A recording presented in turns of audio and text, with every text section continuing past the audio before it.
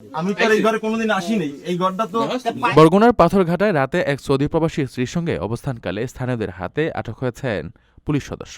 পরে পুলিশের সহায়তায় তাদের উদ্ধার করে থানায় নেওয়া হয়। ঘটনাটি ঘটে বৃহস্পতিবার রাত 11:30টার দিকে উপজেলার কালমেঘা ইউনিয়নের ছুনবুনিয়া গ্রামে। আটক পুলিশ সদস্যের নাম মেহেদী হাসান। তিনি পাথরঘাটা সিনিয়র জুডিশিয়াল ম্যাজিস্ট্রেট আদালতে কনস্টেবল পদে কর্মরত। তার বাড়ি পিরোজপুর জেলার মঠবাড়িয়া উপজেলায়। জানা যায়, বৃহস্পতিবার রাতে ওই পুলিশ সদস্য একটি মোটরসাইকেলে করে প্রবাসীর বাড়িতে আসেন। রাত বাড়ার সঙ্গে সঙ্গে তার উপস্থিতি সন্দেহজনক মনে হলে স্থানীয় কয়েকজন বাড়িটির দিকে নজর রাখেন। এক পর্যায়ে রাত 11টার দিকে তারা পুলিশ সদস্য ও ওই গৃহবধূকে আটক করে।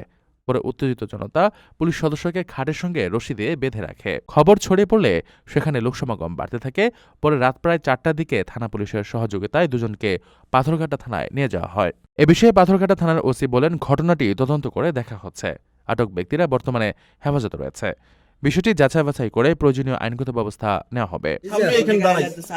আমি কিন্তু দাঁড়াইছি যে হে চিল্লে।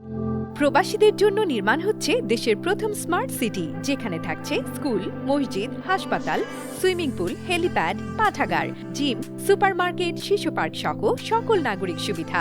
মাত্র 30 লাখ টাকা বিনিয়োগে মিলছে আকর্ষণীয় ফ্ল্যাট। প্লাটিনাম ইনভেস্টরদের জন্য ঢাকা বিমানবন্দরে ভিআইপি প্রোটোকল সুবিধা। বিস্তারিত জানতে যোগাযোগ করুন স্ক্রিনে দেয়া হোয়াটসঅ্যাপ অথবা ইমো নাম্বারে।